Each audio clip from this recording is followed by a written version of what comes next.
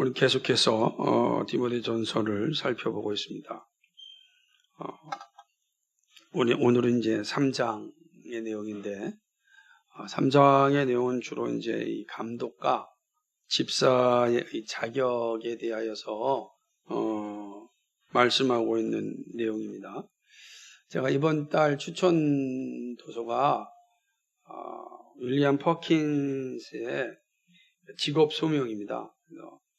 선교도의 아버지라 불리는 이 퍼킨스의 직업 소명 책인데요.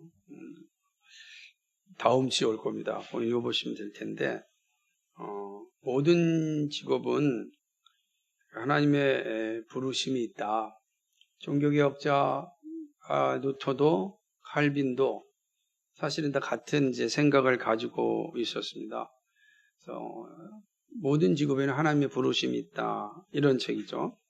소명이 없거나 사실은 소명이 무너지게 되면 일하는 것이 흥미롭지 않습니다. 내가 일하는 일에 대한 소명이 없으면 되게 짜증이 납니다. 억지로 해야 되기 때문에 힘이 들고 또 일하면 반드시 병이 생깁니다.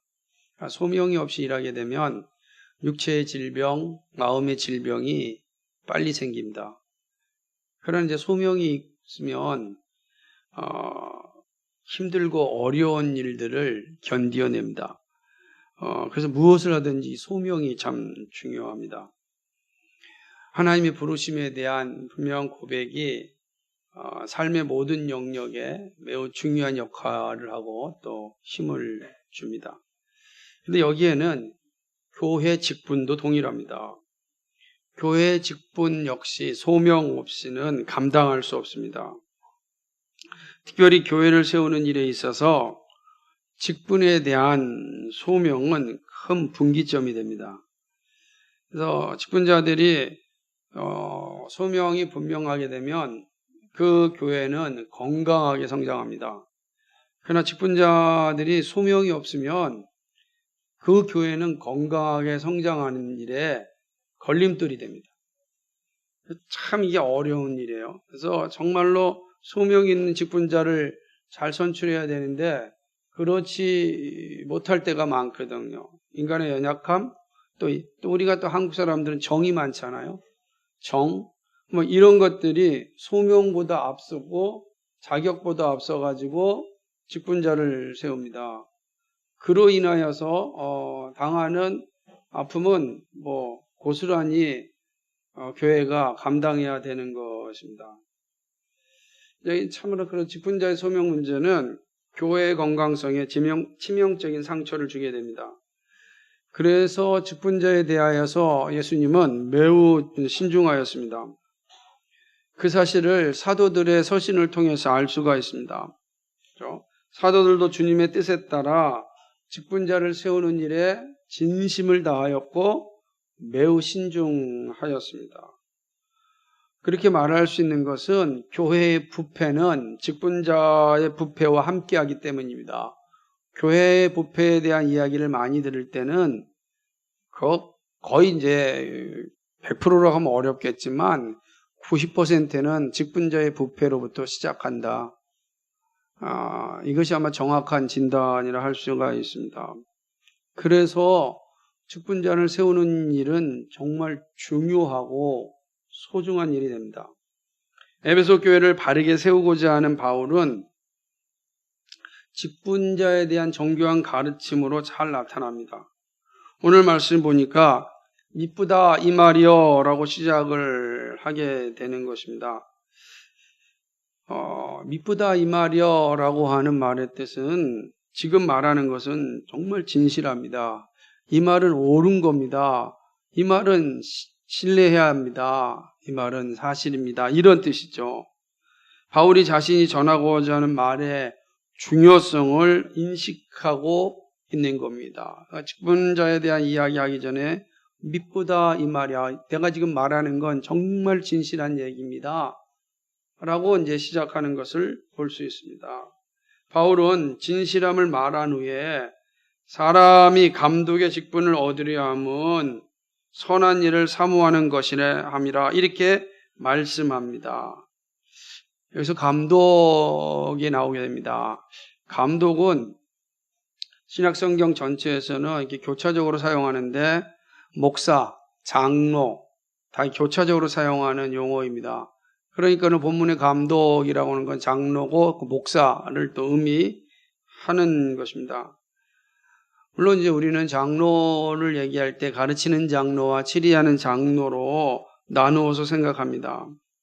본문은 방점은 분명 가르치는 장로에 있습니다. 목사의 직분에 대한 말씀입니다. 그러나 치리하는 장로 역시 동일한 자격을 의미하고 있는 말씀입니다. 목사의 직분을 얻고자 하는 사람, 그죠?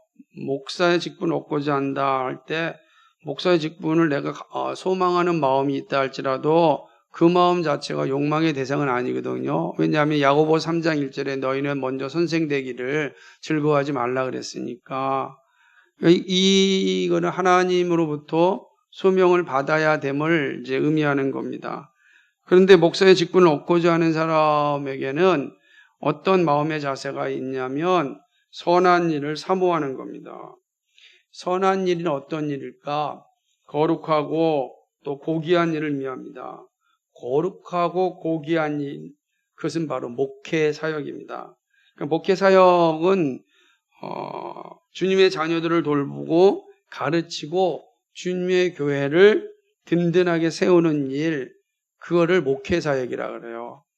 그래서 그걸 선한 일이죠. 그러니까 이거를 사모하는 자, 정말 내가 교회를 세우는 일을 사모하고 성도를 돌아보고 또 말씀을 가르치는 정말 사모하는. 그래서 밥은 굶어도 내가 정말 이 일은 내 생명 바쳐서 정말 하고 싶다라는 사람, 그런 사람이 바로 목사가 되어야 된다라고 하는 것이죠. 여기에는 세상의 이기적 욕망과 권력이 들어설 여지가 없습니다. 그래서 이 일을 잘 할 수 있도록 사실은 노회가 잘 도와줘야 되는 것이 중요합니다. 그리고 성도들도 이 일에 힘써야 되는 것이 마땅한 일입니다. 한 목사가 정말로 이 선한 일을 사랑하고 잘 감당할 수 있기 위해서는 홀로 되는 것이 아니라 함께 만들어가야 되는 것입니다. 함께 만들어가기 때문에 거기에는 이기적 욕망과 어떤 권력이 들어설 여지가 없다라고 하는 것이죠. 이 일은 철저하게 하나님의 소명이 있어야 합니다. 소명이 없이는 이 일을 감당할 수가 없습니다. 그렇죠? 목회자를 세우는 일에는 가장 중요한 자격이 있는데 그게 바로 소명이죠. 근데 소명뿐만 아니라 또 하나의 자격이 있는데 그건 자신의 신앙 고백이 분명해야 됩니다. 하나님의 부르심이 있어야 될 뿐만 아니라 내적으로도 자신의 신앙 고백이 있어야 돼요. 내가 하나님의 나라를 위해 선한 일을 사모하고자 하는 그 신앙 고백이 내 안에 분명히 있어야 되는 것입니다. 그리고 세 번째로는 목회자로서의 기본적인 그런 자격이 있어야 되는 것이죠. 제가 오늘 주일학교 이야기하면서 정빈이 나중에 커서 목사님 되면 어떨까 그랬더니 싫다 그랬어요. 제가 마음에 그럴 수 있지. 한 번만 생각해봐. 제가 우리 천승기 어릴 때에 목사 한번 되고 준비하자 때 그때 승기는 고개를 끄덕끄덕 알았다 그랬어요. 모르겠어요. 시간 가봐야 돼요. 그러니까 사실은 목사가 된다는 건 목회자로 세움을 받는다는 건 첫째로 하나님의 분명한 부르심이 있어야 돼요. 그리고 내적으로 자기의 분명한 신앙 고백이 있어야 됩니다. 그리고 그를 위한 자격이 있어야 됩니다. 단순히 이게 되는 게 아닌 자격이 있어야 돼요. 오늘 바울은 그 목사로서 가지고 있어야 될 자격을 사실은 말씀하고 있습니다. 그 자격이 15가지입니다. 오늘 본문을 보게 되면 15가지의 자격을 사실은 말하고 있습니다. 그런데 이 15가지 자격을 잘 보면은 여기 보게 되면 뭐 좋은 대학 들어가야 된다, 뭐 박사가 돼야 된다, 이런 내용은 없어요. 잘 이제 살펴보는 게 필요합니다. 바울 자체가 당대 최고의 어떤 학문의 그 수혜자 아닙니까? 그렇다고 한다면 그런 내용 정도는 한번 들어갈 것만도 한데 그런 내용이 없다는 거죠. 그보다 우선순위 된 자격이 있다는 거예요. 그거는 플러스 되는 거예요. 그냥 플러스 알파지 본질적인 자격이 아니다 이렇게 말하고 있습니다. 근데 사실은 보게 되면 이 내용 가운데 어느 정도 또 함의된 내용들이 있으니까 살펴볼 수가 있습니다. 우리 15가지 내용을 하나씩 살펴보고 도대체 이렇게 자세하게 말씀하신 내용이 무엇인지를 좀 생각해 보고자 합니다. 하나하나가 매우 중요한 자격이라고 생각합니다. 첫 번째는요, 책망할 것이 없어야 합니다. 이 말부터가 이제 목사로서의 자격이 어마어마한 자격이 시작돼요. 책망할 것이 없다. 다른 말로 이야기한다면 흠이 없는 사람입니다. 흠이 없다. 여러분이 저를 봤을 때 흠이 없는 것 같습니까? 그렇죠? 이 참 쉽지 않은 표현입니다. 그런데 책망할 것이 없어야 된다라고 하는 거죠. 그래서 이 말을 잘 이해하셔야 됩니다. 잘못하면 흠이 없는 사람은 결국 하나님 외에는 없기 때문에 하나님을 여기다 모셔야 이제 목사가 될 수 있으니까 그거 불가능하잖아요. 그런 의미는 아닐 것이 분명합니다. 완전 무결한 사람이 되라는 것이 아닙니다. 이 말은 다른 사람에게 비난받을 만한 일이 없어야 한다는 의미입니다. 좀 더 직설적으로 말하면 공권력에 체포될 만한 일을 하지 말아야 한다라는 뜻입니다. 이게 공권력에 의하여 체포될 만한 일을 하는 사람이라면 얘는 목사로서의 자격이 없다라고 이제 이야기하는 것이죠. 둘째는 또 아주 의미심장한 기준인데 가장 많이 논쟁이 되는 부분입니다. 한 아내의 남편이 되어야 한다라는 것이죠. 한 아내의 남편. 그럼 이제 즉각적으로 이런 질문이 나올 수 있을 것입니다. 그럼 목사는 독신은 안 된다는 말인가? 그죠? 목사가 독신으로 살면 목사가 될 수 없습니까? 여러분이 답을 머릿속에 하셨으리라 생각합니다. 또 둘째는 재혼해서는 안 된다는 말인가? 한 아내의 남편이니까 재혼해서는 안 된다는 말인가? 초대 교부였던 터툴리안 같은 분은 아내에게 내가 죽으면 당신은 결코 다른 재혼해서는 안 된다라고 아주 선언을 했다고 합니다. 그래도 본인이 먼저 죽는다 그랬으니까 그렇게 말했으니 몰라요. 그러니까 그렇게 생각한 부분이니까 그러면 사별해서 다시 재혼해서도 안 되고 그런 건가? 이혼해서 다시 재혼해서도 안 되는 건가? 그렇죠? 제 주변에 재혼한 목사님들이 정말 많은데 어떻게 해야 되나? 그러니까 다 사별을 해가지고서 됐으니까 또 빨리도 하세요. 이렇게 이게 안 된다는가? 그렇죠? 근데 문제는 성경은 독신도 재혼도 다 말하고 있다는 사실입니다. 고린도전서 7장 7절이나 39절을 든다면 다 이거를 인용하고 있습니다. 그러니까 그렇다고 하나님의 남편이 되어야 된다는 게 어떤 말인가? 그죠?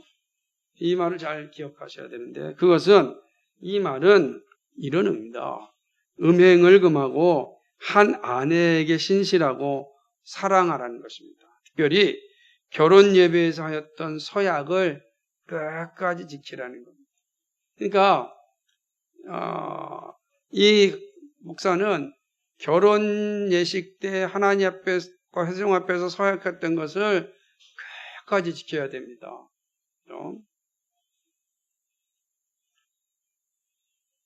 이게 쉬운 것 같아도 쉽지가 않습니다. 그러나 이거를 끝까지 잘 감당하는 사람이어야 한다라고 하는 것이죠. 이 두 번째입니다. 세 번째는요, 절제해야 합니다. 절제라고 하는 이 단어의 원뜻은 술 취하지 않음입니다. 근데 이것은 이제 우리나라 말로는 이제 절제로 이제 번역하였습니다. 또 다른 영어 성경을 보게 되면 이거를 차분함, 또 분별력 있는 이런 의미로도 번역을 하였습니다. 왜 그럴까요? 술 취하게 되면 어떻게 되죠? 이 차분해지지도 못하고 분별력도 상실하기 때문입니다. 그러니까 목사는 정말 분별력과 차분한 자세를 늘 가지고 있어야 된다라고 하는 거죠. 목사가 오늘은 이 말하고 내일은 저 말하고 그러면 어떻게 되겠습니까? 이건 정말 술 취한 사람이 그러잖아요. 술 취한 사람 할 때 표현할 때 뭐라 그래요? 횡설수설 그러잖아요. 그러니까 횡설수설하는 사람이 돼서는 안 된다라고 하는 것입니다. 그래서 성경을 가르칠 때도 어제는 이 말했는데 오늘은 저 말해버리면 이거 이제 성경이 말하는 것을 잘못 전달하는 횡설수설이 되기 때문에 목사로서 매우 치명적인 내용이 된다는 것이죠. 네 번째로는 신중입니다. 소프로나인데 이 말은요. 이 신중과 그 다음에 단정을 함께 비교해서 봐야 되는 건데 다섯 번째 거 신중은 마음이 안정되고 자기 의식이 있는 그런 사람을 의미합니다. 그러니까 사람이 마음이 안정되어 있고 자기 의식이 분명한 사람, 그것이 목사의 자격이 되는 겁니다. 남의 이야기에 이리저리 흔들리는 사람이 아니라 자기 의식이 있어서 중심을 잡고 있는 사람들입니다. 저는 그래서 목회자들 가운데 혹은 우리들도 마찬가지예요. 가짜 뉴스를 한 번도 점검하지 않고 우리 청년부가 공부했던 것처럼 미디어 리터러시도 해보지도 않고서 그냥 퍼나르는 건 자격이 없는 거예요. 왜냐하면 이 사람은 어떤 사람이에요? 신중하지 못한 사람이에요. 이게 되게 중요하죠. 그 다음에 이제 다섯째가 단정입니다. 이 단어인데요. 단정은 신중함이 마음의 자세라면 단정함은 외적인 모습을 의미합니다. 그러니까 외적으로 잘 정돈된 모습을 말하는 겁니다. 여기에서는 옷을 비롯한 모든 행위에서 잘 정돈되어야 된다라는 거죠. 그래서 이것 때문에 이 목사들은 머리부터 발끝까지 단정해야 된다. 이 목사가 가지고 있어야 할 자세다라고 하는 거예요. 근데 이거를 이제 아주 보수적으로 강하게 생각하면 이제 머리 스타일까지 막 이제 문제를 삼을 수도 있는 거죠. 이 단어 때문에 생긴 거예요. 그러니까 이거를 단정한 거를 너무 높게 생각하다 보면 인사할 때 이거 풀고서 있었다 그래서 문제 삼기도 하거든요. 반드시 있으니까 이걸 닫아야 된다.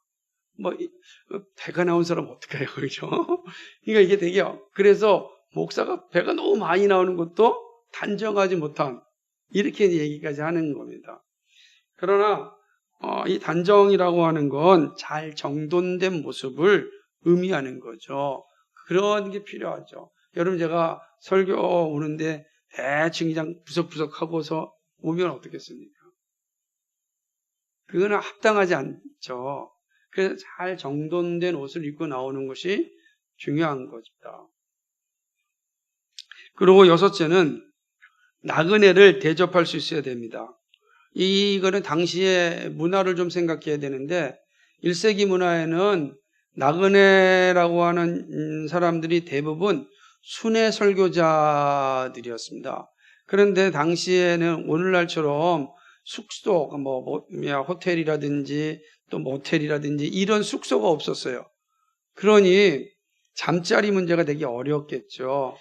그래서 목사들에게 주어진 자격 가운데 하나가 뭐냐면 그런 순회 설교자들을 자기 집에 잘 모셔서 목사와 사모는 그 자기의 집에 잘 모셔서 그분들을 잘 대접할 수 있어야 된다.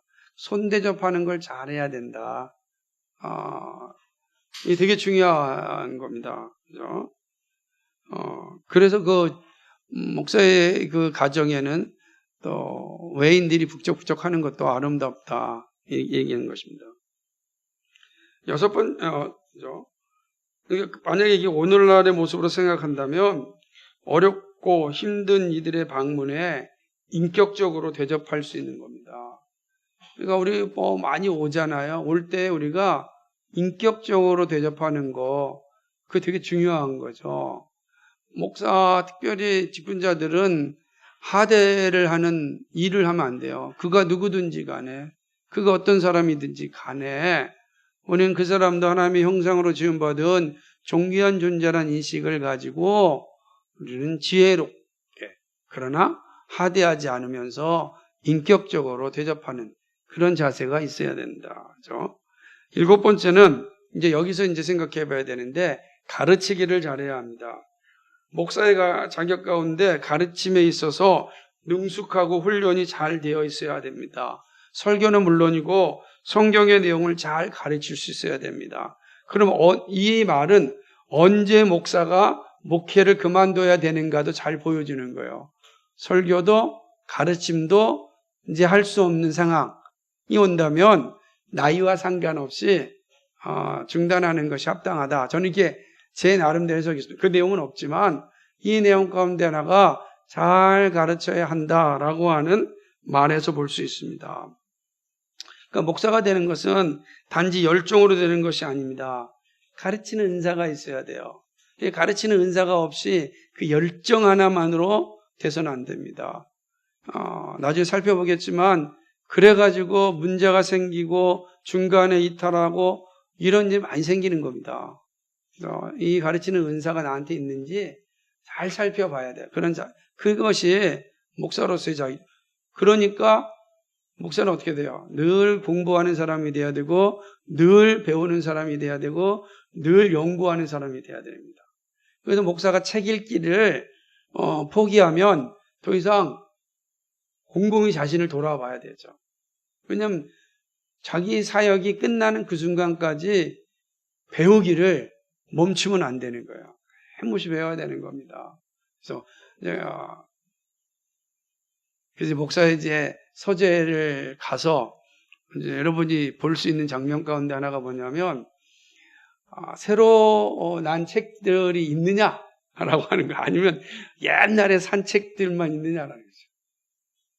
그러니까 옛날에 다 신학교 다닐 때 옛날 책들 되게 많죠. 그거야 한때 열정이. 근데 지금 오늘날 계속해서 계속해서 발전되고 있으니까 그거를 계속해서 공부하고 있느냐라고 하는 거예요.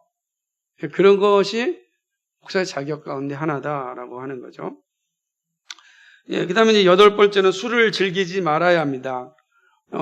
낯들이게 술 먹지 말라는 겁니다. 술은 자기 절제도 안 되고 마음의 안정과 외적인 모습에서 흐트러진 모습을 보이게 합니다. 술 취한 사람들은 술 취한 사람에게서 정상적인 모습을 기대하는 것은 불가능합니다. 하물며 말씀을 다루는 목사가 술에 취하여 산다면 얼마나 끔찍한 일이겠습니까? 가끔씩요, 세상 사람들 가운데 또 예수 믿지 않는 제 친구들 가운데도 만나면 야, 목사도 술을 좀 먹어봐야 안다라고 유혹합니다. 세상 사람들이 왜 술 먹고 사는지 한번 배워야 한다라고 하는 거죠. 배울 필요 있겠죠. 도대체 왜 먹어야 될까? 그러나 가끔 생각합니다. 그러다가 한번 실수하면 어떻게 되겠습니까? 하나님의 영광을 가리는 존재가 됩니다. 그렇죠? 하나님의 영광을 가립니다. 여러분, 성도가 하나님의 영광을 가리는 것과 목사가 하나님의 영광을 가리는 건요, 이거는 비교가 불가능합니다. 그러므로 술을 즐기지 말아야 된다. 술 취하지 마라. 영어는 술을 먹지 말라. 이게 나에 돼 있어요. 술 먹지 않는 게 낫다라고 하는 거죠. 9번째는 구타하지 않아야 합니다. 구타는 폭력적인 사람의 특징입니다. 폭력은 매우 권위 여긴 사람의 모습입니다. 군림하고자 하는 사람들에게 나타나는 모습이 폭력입니다. 여기에는 언어 폭력도 동일합니다. 폭력적인 성품을 가진 사람은 목사의 자격에 합당하지 않다는 게 바울의 생각입니다. 목사의 성품은 온유해야 합니다. 참 온유함이 얼마나 어려운지 몰라요. 온유함. 모세를 향하여 정말 땅에서 가장 온유한 사람이다라고 표현하듯이 온유함이 정말 중요한 것이죠. 그래서 정말로 힘을 다해 기도하고 성령의 도우심으로 변화되어야 됩니다. 그래서 목사는 계속 온유한 자로 변화되어야 되는 거예요. 근데 이거는 끊임없이 말씀과 기도를 통하여 성령의 인도하심이 없으면 인간은 누구도 온유함으로 성화되지 않아요. 여러분도 마찬가지고 저도 마찬가지죠. 인간이 가지고 있는 이 죄의 속성은요, 우리를 온유한 자로 만들지 않고 고집탱이로 만듭니다. 그래서 나이가 들면 들수록 고집탱이가 돼요. 온유한 자가 아니라 고집탱이가 되는 겁니다. 그래 늘 성령님께 기도함으로 내 고집을 깎아주시고 사람들을 이해하고 배려하고 섬길 수 있는 그런 온유한 마음을 갖게 해주옵소서. 기도해야 되는 거죠. 나의 유익을 위하여 사는 존재가 아니라 하나님의 영광을 위하여 사는 존재, 그게 온유함이죠. 10번째가 이제 그게 나타나는 관용입니다. 구투하지 않는 사람이 나한테 외적인 모습이 있다면 관용이에요. 그런 이 관용이 온유함이기도 하지만 관용은 좀 더 넓은 의미에서 너그러움, 부드러움을 의미합니다. 부드럽고 좀 너그러움이 바로 이 관용이라고 하는 거죠. 온유함을 포함하는 단어죠. 그래서 이제 이런 단어를 보면 이제 막 설교를 준비하는 저 입장에서 얼마나 막 찔리겠어요. 그죠? 막 찔리는 겁니다. 얼마나 부드럽고 너그러운가. 왜냐하면 때로는 질책을 해야 되는 순간들이 너무 많기 때문에 그렇습니다. 그래서 사도 바울은 항상 말할 때 사랑으로 진리를 전하라. 그의 질책 모든 것 가운데 사랑이 없다고 한다면 의미가 없다. 이렇게 말씀하는 것입니다. 11번째는 다투지 않아야 됩니다. 목사는 싸움을 좋아하지 않습니다. 때로는 격렬한 토론은 가능해도 싸움으로 이어져서는 안 되는 것입니다. 그렇죠? 싸움을 좋아하면 절대 안 돼요. 이제 가끔씩 이제 운동을 하다 보면 제가 이제 축구를 좋아하지 않습니까? 그래서 축구를 하다 보면 시합이 있는 날에는 긴장을 합니다. 아니, 축구하려고, 운동하려고, 이렇게 몸 건강하게 하려고 우리가 있지, 무슨 국가대표도 아닌데. 그런데 종종 싸움이 일어납니다. 싸움이 한번 일어나면 멈추질 않아요. 그죠? 말리면 말릴수록 더 강하게 불붙는 게 싸움 아닙니까? 똑같아. 그 싸움이 일어나면 얼마나 이게 부끄러운지 몰라요. 그러다가 격렬해지며 이제 몸싸움까지 하게 되니까 얼마나 이게 덕이 되지 않겠습니까? 그러니까 하나님의 영광을 가리게 되죠. 왜냐하면 싸움은 반드시 폭력으로 이어지기 때문에 그렇습니다. 전도의 길도 막히게 됩니다. 그래서 저희가 하는 이 목회자 축구팀에서 결정한 게 뭐냐면 일반인들과는 축구 시합을 하지 않도록 이렇게 결의를 했습니다. 그래서 스스로 좀 막는 거예요. 왜? 우리의 연약함을 아니까. 가장 중요한 거죠. 그리고 이제 12번째는 돈을 사랑하지 말아야 됩니다. 바울은요, 이 사실을 정말 강조합니다. 이 디모데전서 6장 10절에도 돈을 사랑하며 일만하게 뿌리라 이렇게 말씀할 정도입니다. 디모데후서 3장 2절에는 말세에는 사람들이 돈을 사랑한다고 하였습니다. 그러니까 멸망하는 자들의 특징 가운데 하나가 뭐냐? 돈을 사랑하는 겁니다. 돈을 사랑하는 거. 그래서 목사는 이 돈을 사랑하면서 끊임없이 싸워야 돼. 그래야만 돈을 사랑하며 일만하게 뿌리라고 설교할 수 있기 때문입니다. 본인도 돈을 사랑하는데 어떻게 돈을 사랑하며 일만하게 뿌리라고 설교할 수 있겠습니까? 그래 설교할 수 없는 거예요. 설교하지 못하니까 함께 돈을 사랑하는 자리에 빠지게 되고 결국 하나님의 징계 앞에 설 수밖에 없는 그런 자리에 서게 되는 것이죠. 그런 의미에서 목사의 돈 사랑은 교회를 허무는 것이 됩니다. 이것이 돈이 필요 없다는 말이 아닙니다. 또 청빈을 강조하는 말도 아닙니다. 그렇죠? 사랑은요, 욕망을 의미합니다. 그래서 돈을 사랑하지 말라라고 하는 이 말은 돈을 욕망하지 말라는 것입니다. 목사의 욕망은 말씀이고 증거입니다. 그럴 때 주님께서 필요한 것을 채워주십니다. 그 은혜로 살 때, 이 목사를 보니까 어떻게 저렇게 살지라고 할 때 은혜가 되어져 교회가 되어지는 겁니다. 그래서 이건 정말 끔찍한 싸움이에요. 왜냐하면 인간의 본성 안에는 다 좋은 걸, 눈에 보이는 것, 좋은 것 다 들어오기 때문입니다. 그래서 견물생심이 다 모든 인간이 가지고 있는 욕구예요. 근데 그 욕구 자체가 잘못된 건 아니에요. 근데 그거를 욕망하고 그거를 추구하고 그걸 목적으로 삼게 되면 결국은 교회가 망하게 되는 것이죠. 그래서 목사는 지금의 삶도 중요하지만 마지막 은퇴할 때가 더 중요합니다. 여러분 기도 많이 하셔야 됩니다. 특별히 이렇게 교회를 개척한 목사가 마지막 은퇴할 때 정말 죄 짓지 않도록 기도 많이 해야 되는 거예요. 저도 몸부림치면서 기도하지만 모든 성도도 함께 기도하면서 성령의 역사가 임하게 해달라고 기도해야 되는 겁니다. 그래야 교회가 바르게 설 수 있고 주님 맞이하는 교회로 세워지게 되는 것입니다. 13번째는 자기 자녀를 잘 다스려야 합니다. 바울은 자기 집을 다스리지 못하면서 어떻게 교회를 다스릴 수 있냐고 말합니다. 얼마나 무서운 말씀입니까? 그렇죠? 특별히 여기서 가정을 자기 집을 잘 다스려야 한다고 하면서 자녀의 문제를 말씀하고 있습니다. 자녀들을 잘 가르쳐야 됩니다. 자녀를 잘 가르쳐서 그 자녀가 공손함으로 복종하게 하는 자라야 됩니다. 그러니까 목사이자 또는 아비의 역할을 잘 감당해야 되는 거죠. 목사는 교회의 영적 아버지의 역할을 감당한다면 가정에서는 육적 아버지 역할을 잘 감당해야 됩니다. 그래서 제가 정말로 이 일을 잘해야 되는 거예요. 근데 참 한국 사회에서 목사가 가정을 성실하게 지혜롭게 잘 감당하기가 쉽지가 않습니다. 정말 기도가 필요하고 그래서 아내의 역할도 정말 중요한 것이 현실이기도 합니다.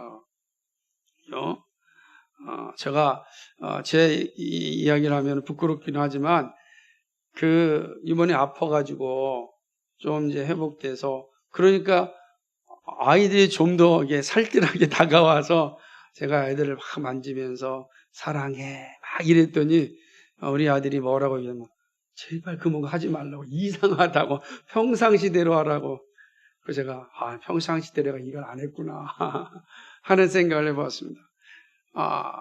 정말 이게 자녀를 잘 다스린다는 게 얼마나 힘든지 여러분 다 경험하지 않습니까? 목사의 조건 가운데도 하나 이 모습이 있는 거죠.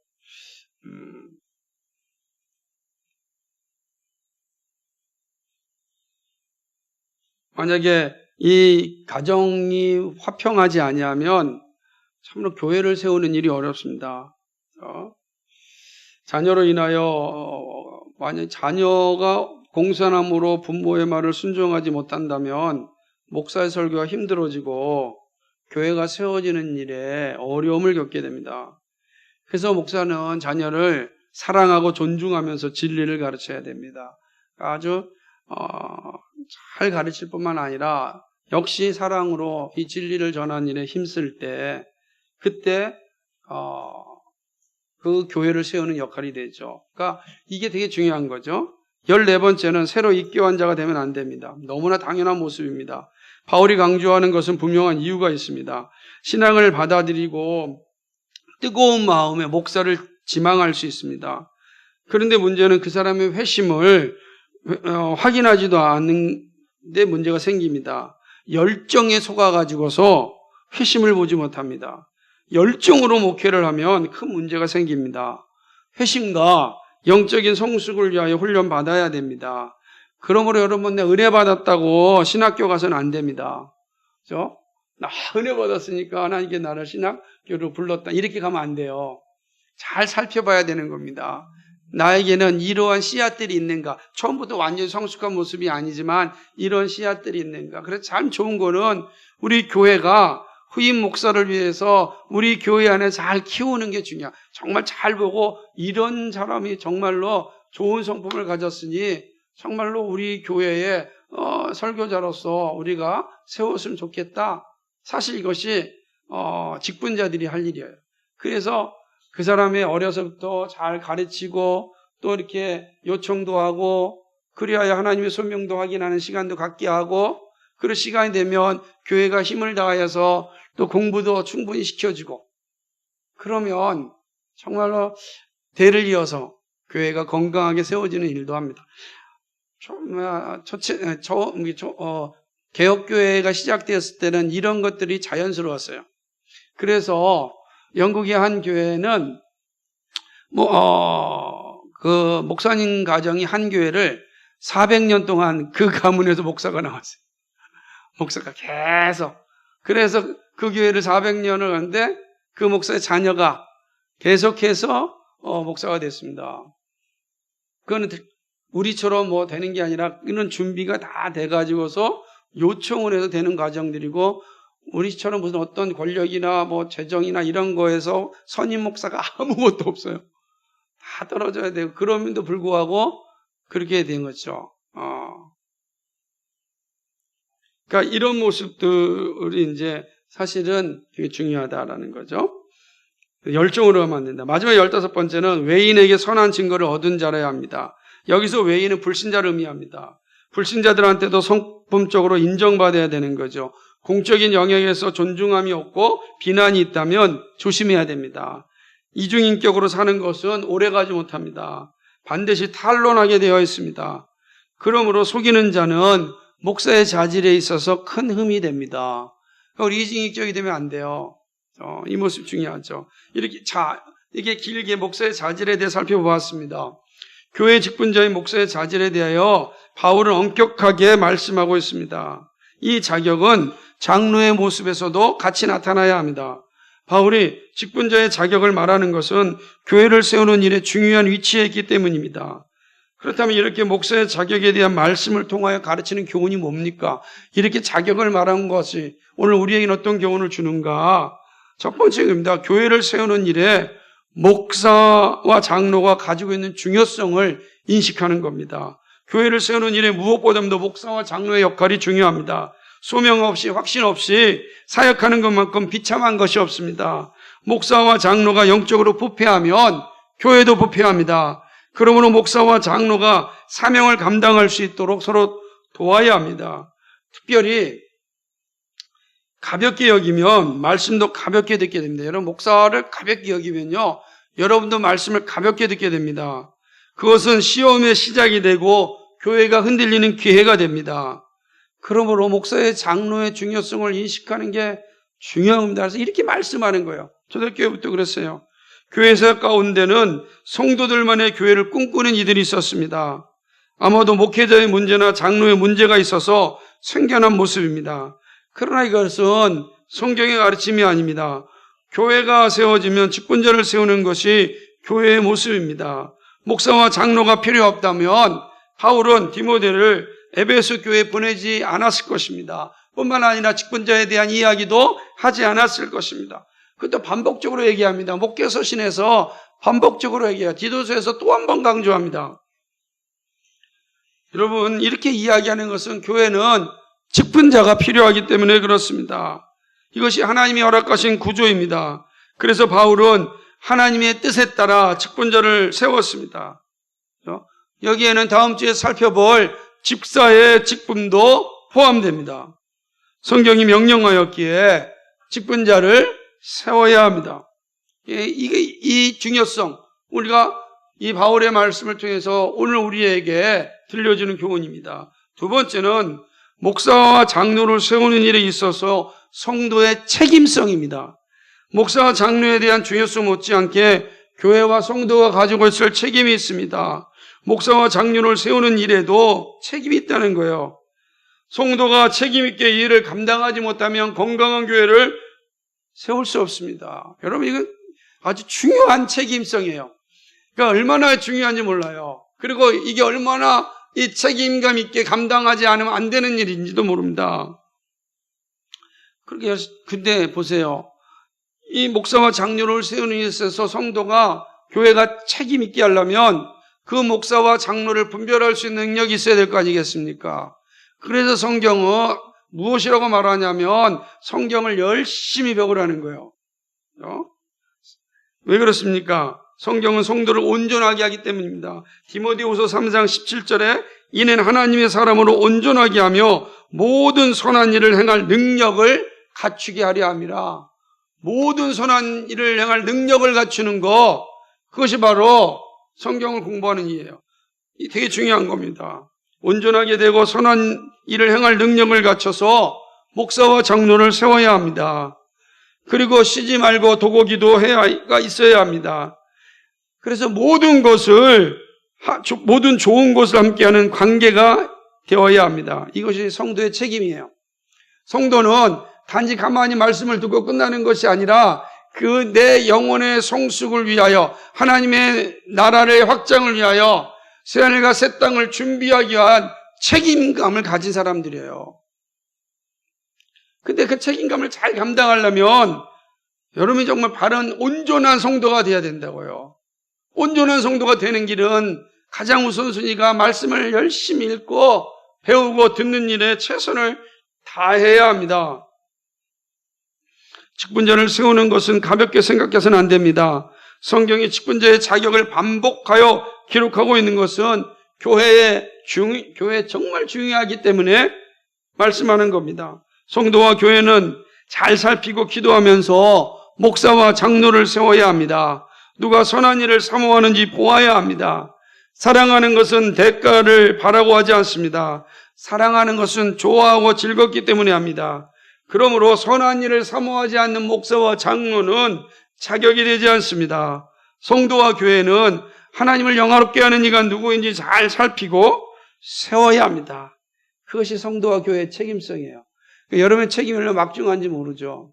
그래서 원론적으로 돌아가면 사실은 교회는 목사가 개인적으로 개척하는 것이 아니라 노예가 개척하고 노예가 점검한 목사를 파송해야 되는 겁니다.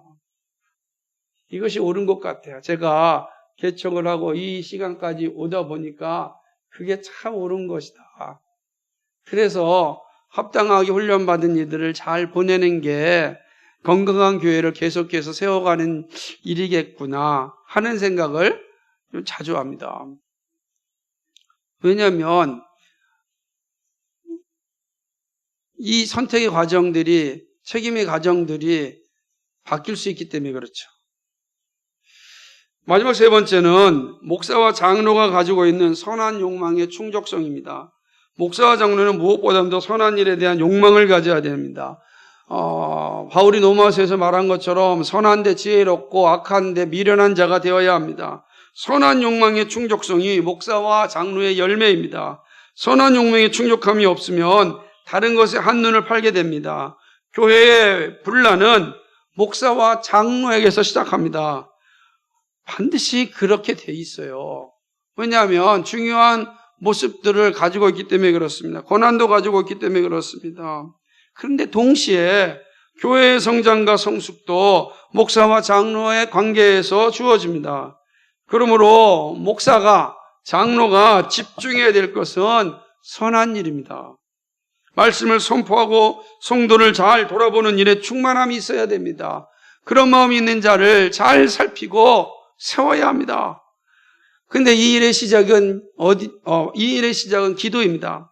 목사와 장로는 기도의 사람이 되어야 하고 성도를 위한 기도가 끊어지면 안 됩니다. 하나님께 성도를 위한 도구하는 직분자가 되어야 합니다. 성도 역시 장로와 목사를 위하여 기도해야 합니다.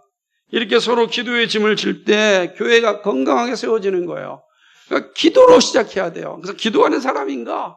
기도하는 사람이 되어야 돼요. 기도하지 않는 사람은 아무리 대단한 재능을 가지고 있고 뛰어난 능력을 가지고 있고 세상에서 엄청난 성공을 가지고 있다 할지라도 직분자가 돼서는 안 되는 거예요. 직분은 명예직이 아니에요. 선한 일을 사모하는 겁니다. 그래서 기도하지 않는 직분자들은 반드시 하나님께 책망받게 되어 있어요. 징계도 받습니다. 그게 야고보 3장에 있는 말씀이에요. 그래서 여러분 기도해야 됩니다. 직분을 받으신 여러분 기도하십시오. 항상 기도해야 됩니다. 그죠? 그리고 우리 주일학교 중고등부 청년부들 여러분이 하나님 나라의 직분자가 되어야 될 텐데 기도하는 사람이 되어야 됩니다. 늘 기도하십시오. 늘. 제가 오늘 주일학교 오전 공부에서 목사님께서 기도하니 그랬더니 다 기도한대. 얼마나 감사해. 다 기도한다는 거야. 나 목사님을 위해서. 제가 얼마나 복이 있는 사람인지 아시죠? 이 순수한 기도를 받고 있습니다. 그러니 제가 기도하지 않고 어떻게 견딜 수 있겠습니까? 기도하는 겁니다. 말씀을 맺습니다. 교회 직분자 가운데 목사의 모습을 살펴보았습니다. 목사의 소명과 신앙 고백과 자격이 잘 갖춰질 때 교회는 건강하게 세워지고 주님 맞이하는 교회로 남게 됩니다. 얼마나 많은 교회가 세워졌다가 사라집니까? 주님 맞이하는 교회로 남는 것은 정말 하나님의 강력한 은혜가 없이나 불가능합니다. 근데 그 은혜는 바로 교회를 세워가는 우리들의 소명과 책임에 있습니다. 잘 감당해야 된다는 거죠. 비록 목사와 장로가 완벽하지는 않지만 거룩한 교회를 위하여 날마다 성화되도록 기도하고 도와야 합니다. 반성경적인 것이 아니라면 서로 격려하는 모습이 있어야 합니다. 받은 바 소명에 충실할 수 있도록 함께 영적인 성숙을 경험하고 교회는 경험하게 되면 교회는 건강하게 자라게 됩니다. 혼자 되는 것이 아니라 서로 도와야 합니다. 교회는 항상 이렇게 세워집니다. 그리고 무엇보다도 말씀을 잘 배우고 마음판에 심기는 일을 잘해야 됩니다. 여러분이 말씀을 듣고 말씀을 읽고 그 말씀을 마음판에 잘 새길 때 건강한 교회를 세울 수가 있는 거예요. 그래야 온전한 신앙과 바른 분별력이 생깁니다. 말씀의 교사인 목사와 함께 좋은 것을 함께 나눌 수 있기를 바랍니다. 교회 치리를 담당하는 장로가 믿음으로 바르게 섬길 수 있도록 기도해야 합니다. 그래서 주님이 기뻐하시는 교회를 세우고 넘겨주어야 합니다. 넘겨줘야 됩니다. 그렇죠?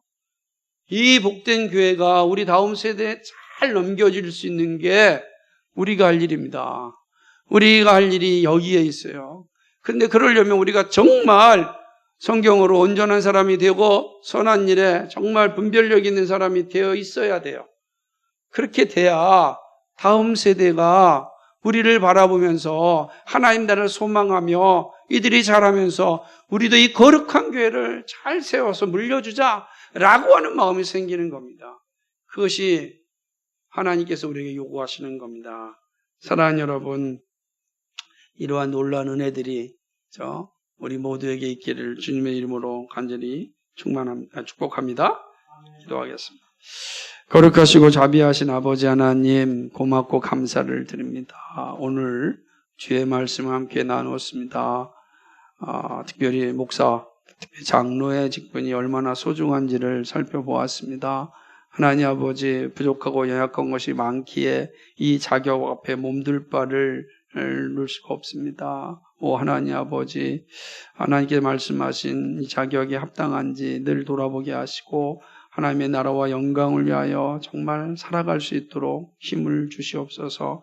성령의 도우심이 없다면 교회는 건강하게 세워질 수가 없사오니 교회의 직분자로 세운 아버지와 직분자들을 정말 하나님 앞에 바르게 설 수 있도록 도와주시고 온 성도들이 하나님 정말로 서로 기도함으로 짐을 지는 일에 함께 할 수 있도록 인도하여 주옵소서. 그래야 주님 맞이하는 교회를 잘 세워서 다음 세대로 잘 물려줄 수 있는 우리 모두가 되게 하여 주옵소서.